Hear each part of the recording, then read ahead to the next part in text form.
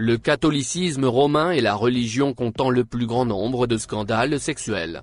Les causes majeures de ces crimes sont malheureusement méconnues de la majorité. Pour y remédier, nous allons vous exposer les causes principales de l'impudicité dans l'Église catholique romaine.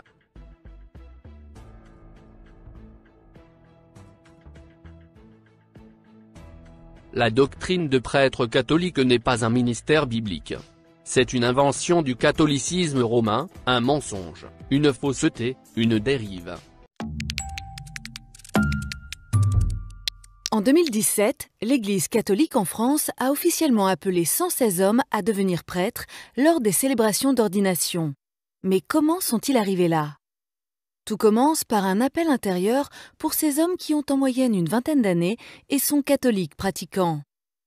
Ils sont orientés vers le service des vocations de leur diocèse qui, pendant 1 à 2 ans, leur propose de rencontrer des prêtres et de participer à des activités en paroisse ou en aumônerie pour mûrir leurs décisions. C'est ensuite l'évêque qui les admet comme candidats au sacerdoce. Débutent alors 6 années de formation jalonnées de célébrations solennelles qui marquent la reconnaissance de l'Église. Ainsi, en France, ils sont 653 séminaristes, dont 106 en première année, répartis dans une vingtaine de centres de formation. Ils étudient la Bible, la théologie, l'histoire de l'Église, se forment à la prière, mais aussi à la psychologie et aux relations humaines. Ils effectuent de nombreux stages pratiques et s'entretiennent régulièrement avec un prêtre. Le jour de leur ordination, ils s'engagent au célibat et promettent obéissance à leur évêque. Puis, ils reçoivent leur première mission. La prêtrise est une imposture de l'Église catholique pour garder les gens loin de la grâce de Dieu. Les ministres de Dieu sont des prédicateurs de l'Évangile et des serviteurs du peuple, et non des prêtres et des sacrificateurs à l'autel. 1 Corinthiens 12, verset 28. Et Dieu a établi dans l'Église, premièrement des apôtres, secondement des prophètes, troisièmement des docteurs, ensuite ceux qui ont le don des miracles, puis ceux qui ont le don de guérir, de secourir, de gouverner, de parler diverses langues. Dans la Bible, il y a 5 ministères, et parmi ces 5 ministères bibliques, il n'y a pas le ministère des prêtres catholiques. C'est le Seigneur Jésus-Christ lui-même qui a donné ces 5 ministères bibliques. Et il a donné les uns comme apôtres, les autres comme prophètes, les autres comme évangélistes, les autres comme pasteurs et docteurs, pour le perfectionnement des saints en vue de l'œuvre du ministère et de l'édification du corps de Christ. Les Juifs et les païens avaient des prêtres, ce furent justement eux qui complotèrent la mort de Christ. Jésus n'a pas ordonné des prêtres pour son Église parce que les Écritures déclarent qu'il est le seul souverain prêtre qui vit à jamais, dont le sacerdoce est intransmissible à un autre et dont le sacrifice à la croix n'a pas besoin d'être renouvelé. Il nous convenait, en effet, d'avoir un souverain sacrificateur comme lui, saint, innocent, sans tache, séparé des pécheurs et plus élevé que les cieux, qui n'a pas besoin, comme les souverains sacrificateurs, d'offrir chaque jour des sacrifices, d'abord pour ses propres péchés, ensuite pour ceux du peuple, car ceci il l'a fait une fois pour toutes en s'offrant lui-même. La messe est donc une abomination, un blasphème contre le sacrifice unique et parfait de Jésus-Christ sur la croix. De ce fait les prêtres catholiques sont tous anathèmes puisqu'ils annulent l'évangile de Christ. En réalité ils sont les pharisiens des temps modernes. Pendant la messe catholique, il se passe une magie. Le prêtre est un magicien. Et soudain, les éléments qu'il a entre les mains, l'hostie et le vin, au travers d'une parole, tout ça, tout d'un coup, cette hostie, ce pain, on pourrait dire, devient le corps réel de Jésus-Christ.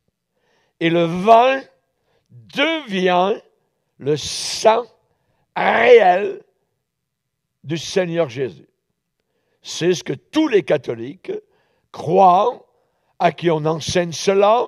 Je parlais cet après-midi justement à quelqu'un, et je lui disais que nous allions avoir une conférence sur la messe catholique. Il me disait, oh ben, justement, j'étais enfant de cœur quand j'étais jeune, il me dit, et oui, il nous apprenait quand on prenait l'hostie, de faire bien attention, parce que si on craquait, du sang allait possiblement couler de notre bouche, parce qu'on aurait croqué le corps réel donc du Seigneur Jésus, et il nous maintenait donc dans une peur extraordinaire. Il me disait, jusqu'au jour, moi, enfant de cœur, jusqu'au jour où un prêtre me touche. Et ça a été fini. Le ministère des prêtres catholiques est archi-faux, il a été inventé dans le monde des ténèbres par celui qui règne en maître au sein du catholicisme, à savoir le diable en personne. Si donc Satan dirige l'Église catholique, alors ne vous étonnez pas que la plupart de ces prêtres soient de véritables pervers narcissiques.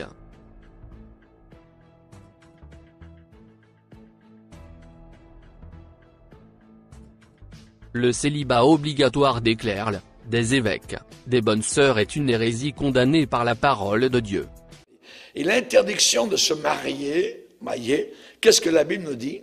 Je parle d'interdiction. Tu ne peux pas, tu n'as pas l'autorisation de te marier. Tous les prêtres, toutes les sœurs catholiques font vœu de chasteté. Et cela est une doctrine de démon. C'est ce que la Bible enseigne, c'est une doctrine de démon dans 1 Timothée, donc, chapitre 4. Mais l'Esprit dit expressément que, dans les derniers temps, quelques-uns abandonneront la foi, pour s'attacher à des esprits séducteurs et à des doctrines de démons, par l'hypocrisie de faux docteurs portant la marque de la flétrissure dans leur propre conscience, prescrivant de ne pas se marier et de s'abstenir d'aliments que Dieu a créés pour qu'ils soient pris avec action de grâce par ceux qui sont fidèles et qui ont connu la vérité. Ce passage nous prouve que le catholicisme romain est une religion démoniaque qui enseigne des doctrines de démons. Dans l'Ancien Testament, les hommes de Dieu se mariaient et avaient le droit d'avoir des enfants. Dans la Bible, même Aaron, le grand prêtre, était marié. Dieu a créé le sexe pour être source de plaisir, dans le cadre du mariage entre un homme et une femme uniquement. Toute activité sexuelle en dehors de ce cadre est péché. J'ai déjà succombé à la tentation. Et j'y succomberai encore. Vous vivez une situation pour le moins paradoxale. Le célibat est un excellent remède de la promiscuité, mais l'abstinence prolongée est une aberration. Si on oblige un homme à renoncer au sexe, il va à force de sublimation développer une perversité qui pourrait le conduire à devenir dangereux. L'Église a besoin de toute votre énergie. C'est la raison pour laquelle il vous est interdit de désirer et d'aimer. Si vous avez de fortes pulsions sexuelles, c'est généralement une bonne idée de vous marier afin de limiter la convoitise et d'éviter l'immoralité. Le passage de 1 Corinthiens 7, verset 1, nous donne la meilleure raison de se marier. Toutefois, pour éviter l'impudicité, que chacun ait sa femme, et que chaque femme ait son mari. La Bible ne dit cependant pas que tous doivent se marier. Il est important de souligner que les religieux catholiques, s'ils le souhaitent, peuvent décider de ne pas se marier. Ils peuvent faire le choix de rester célibataires. L'apôtre Paul préférait le célibat, qui lui permettait de consacrer davantage de temps au service de Dieu. Paul nous dit en 1 Corinthiens 7, « Je voudrais que tous les hommes fussent comme moi. Mais chacun tient de Dieu un don particulier, l'un d'une manière, l'autre d'une autre. » À noter qu'il dit que certains ont le don du célibat et d'autres, le don du mariage. S'il semble bien que presque tous se marient, ce n'est pas nécessairement la volonté de Dieu pour tous. Cela est démontré à travers la réponse de Jésus à ses disciples concernant le divorce et le célibat. Matthieu 19, verset 11. Il leur répondit, « Tous ne comprennent pas cette parole, mais seulement ceux à qui cela est donné. Car il y a des eunuques qui le sont dès le ventre de leur mère. Il y en a qui le sont devenus par les hommes. Et il y en a qui se sont rendus tels eux-mêmes à cause du royaume des cieux. Que celui qui peut comprendre, comprenne. » Certaines personnes ne ressentent pas le besoin de se marier et il n'y a rien de mal à cela. Un célibataire peut vivre une vie épanouie et trouver le soutien émotionnel dont il a besoin auprès de sa famille, de ses amis et dans son ministère. Cependant Paul ordonne que les évêques ou surveillants, les anciens et les serviteurs de Dieu soient mariés d'une seule femme et qu'ils dirigent bien leur propre maison afin de pouvoir prendre soin de l'Église de Dieu. Je t'ai laissé en Crète, afin que tu mettes en ordre ce qui reste à régler, et que, selon mes instructions, tu établisses des anciens dans chaque ville.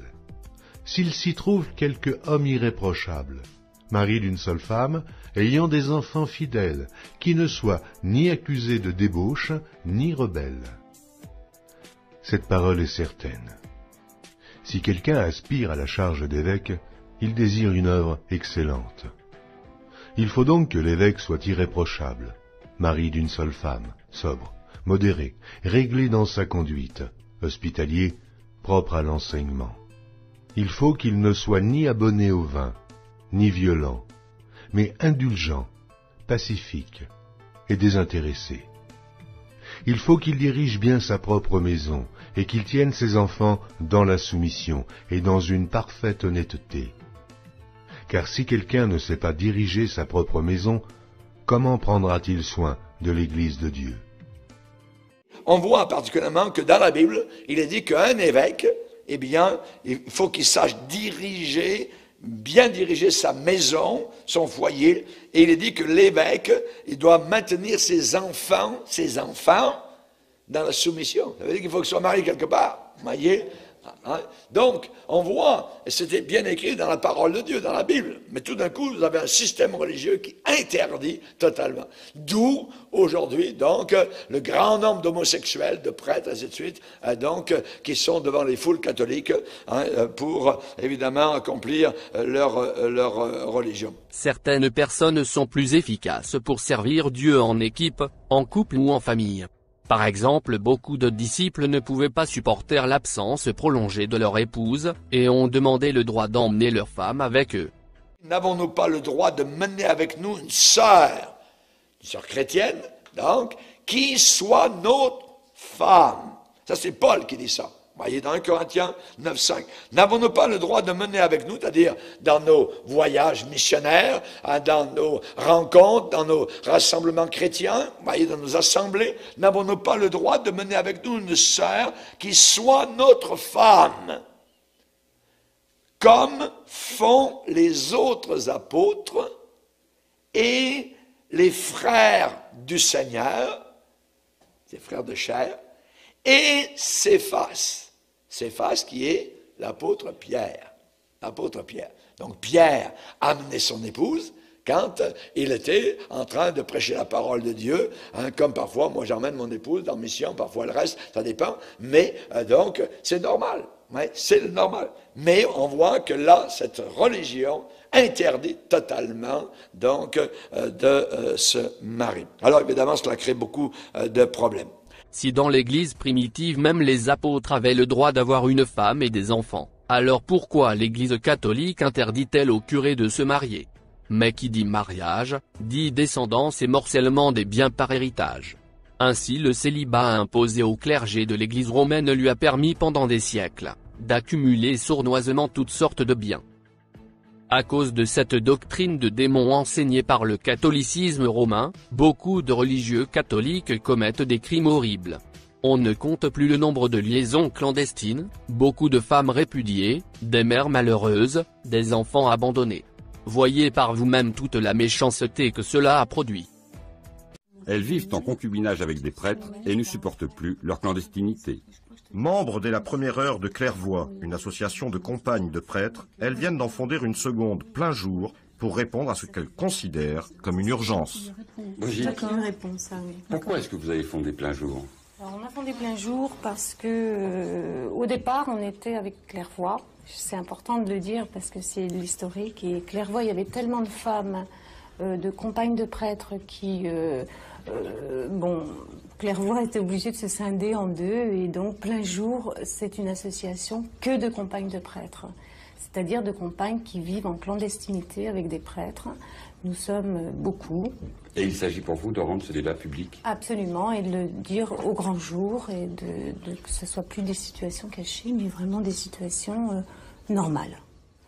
Nous avons rencontré André, un de ces prêtres qui vivent en couple. André a accepté de nous livrer son témoignage en conservant l'anonymat. J'aimerais pouvoir dire à tout le monde que je l'aime, que j'aime ses enfants, et que nous avons une vie de famille heureuse. Mais voilà, parce que je suis prêtre, je ne peux pas le dire. Sinon, je risquerais d'être incompris, voire rejeté. Je serais obligé de quitter le service de ces gens que j'aime, de cette église que j'aime, de cette parole qui pour moi est un peu lumière pour le monde. Et puis, ma femme, elle aussi, n'aime pas ce non-dit. Elle ne voit pas très bien pourquoi. Ce qui lui paraît si beau à vivre paraît mal à d'autres.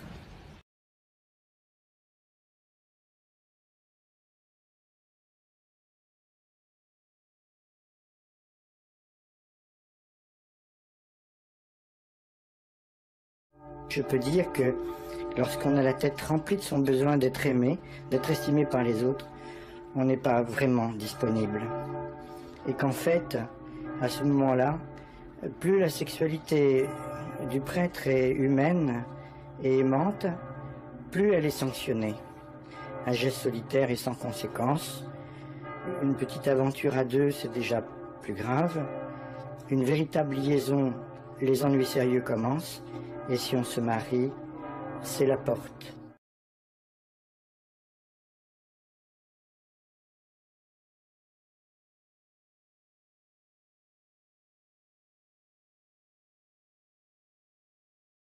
Comment ça se passe lorsqu'un prêtre qui vit en couple en parle à son évêque? Eh bien, la première réaction, c'est que l'évêque demande, dans la logique de l'attitude officielle des évêques et de représentants de l'institution ecclésiastique, on lui demande de renoncer à la relation qu'il a avec une femme, qui n'est pas conforme à ce qu'on attend de lui. Mais s'il insiste? Alors, s'il insiste, alors il y a des cas où on lui dit... bon, puisque tu ne peux pas faire autrement, on considère ça comme une faiblesse, écoute, fais ce que tu veux, mais que ça ne se sache pas, que ça ne fasse pas ce qu'on appelle un scandale. Voilà, ça c'est le grand leitmotiv, ne pas faire scandale. Brigitte, pas de vague, c'est le... C'est surtout très important, c'est qu'en fait, le prêtre dans ce cas-là doit se taire, se cacher, surtout que ça ne se sache pas, qu'il fasse comme si la femme n'existait pas. En fait, dans la hiérarchie de l'Église catholique, nie la femme complètement. Et lorsque des enfants naissent de ces unions, il arrive que la hiérarchie de l'Église propose un protocole d'accord afin d'aménager la situation. 1. Monsieur M accepte de reconnaître A comme son enfant naturel. 2. En contrepartie de cette reconnaissance, Madame, reconnaissant la situation particulièrement délicate dans laquelle se trouve le père M, en tant que prêtre et religieux, ainsi que son désir de rester fidèle à cet engagement, s'engage irrévocablement à préserver le plus grand secret sur l'identité du père présumé. Assumer seule l'autorité parentale. Ne chercher en aucune manière, dès le départ du père, à entrer en contact avec lui. À ce que le père ne voit en aucune manière l'enfant. 3. Le père versera chaque mois sur le compte de madame la somme de 2000 francs à titre de contribution à l'entretien et à l'éducation de l'enfant jusqu'à sa majorité. Le présent protocole a un caractère strictement confidentiel, chacune des parties s'engageant à ne jamais le divulguer ou le reproduire. Ce protocole a été proposé à une femme qui a eu un enfant. Absolument. Elle l'a signé? Absolument pas, parce que nous, on était là pour lui dire non, il ne faut pas signer. On ne peut pas s'engager. Un enfant a le droit de voir son père et a le droit d'être aimé par son père. Et je trouve que la hiérarchie catholique n'a pas le beau rôle, elle devrait ouvrir les yeux et les prêtres ne devraient pas rentrer dans des situations comme ça.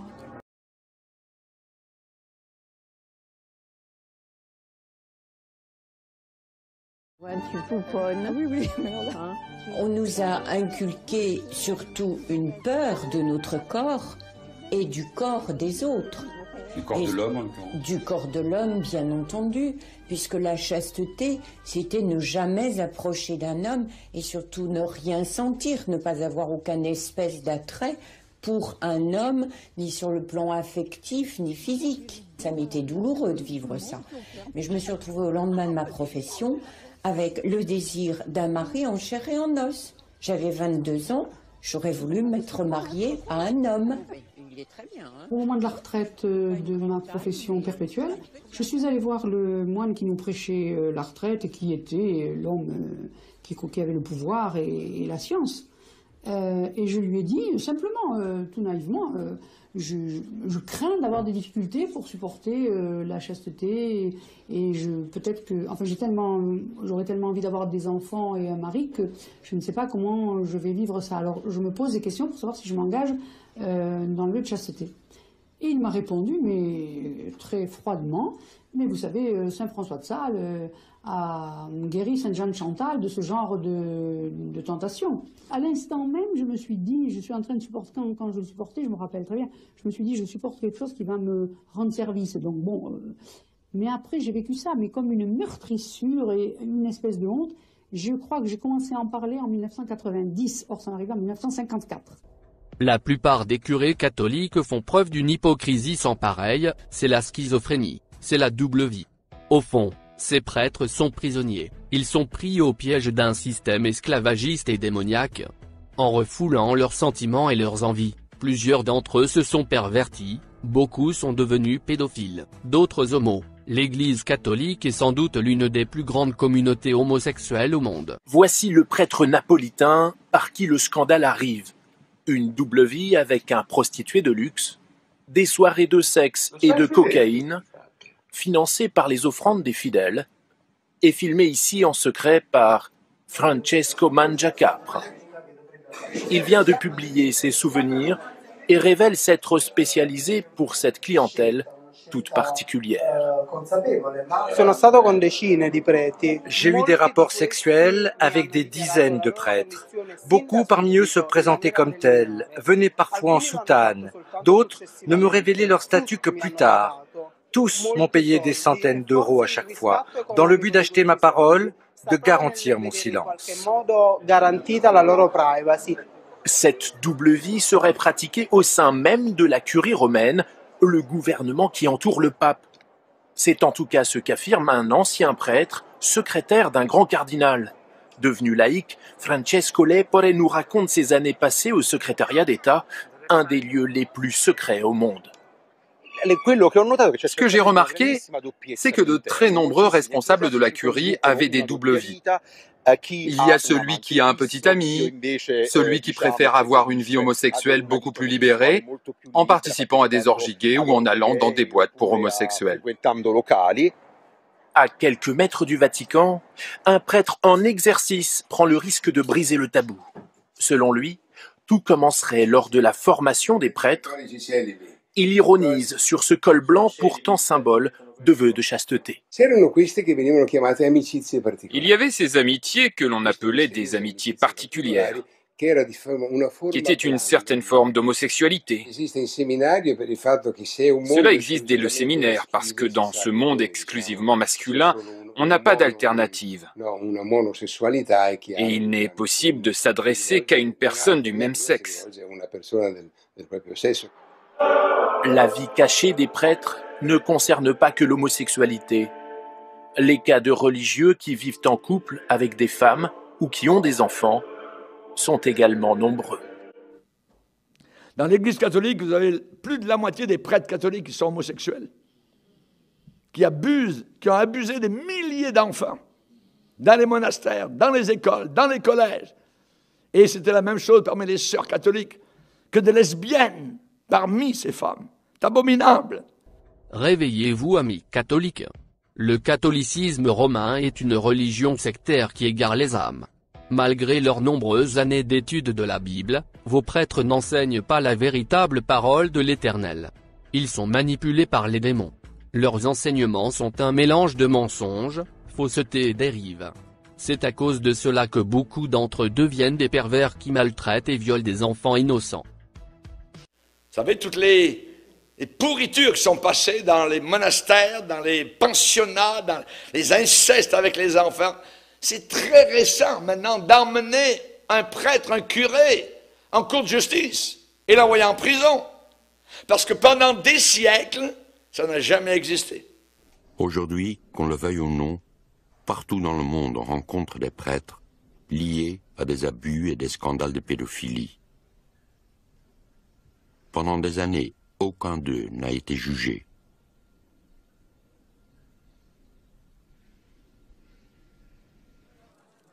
Souvent, on se contentait de les déplacer et ils continuaient à faire la messe. Quand on pense à tous les scandales que cette Église catholique, à tous les enfants qui ont été violés, tous les pensionnats, à tout ce qui a disparu, tous les os de bébés qui ont été découverts dans les monastères, c'est abominable au travers des siècles, cette Église. On ne peut pas être chrétien et rester là.